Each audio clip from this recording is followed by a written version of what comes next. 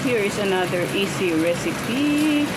Just stir fry this breast chicken, marinated breast chicken, and then set aside later.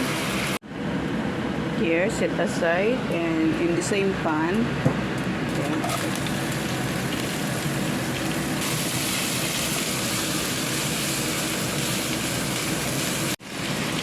after about 3 minutes,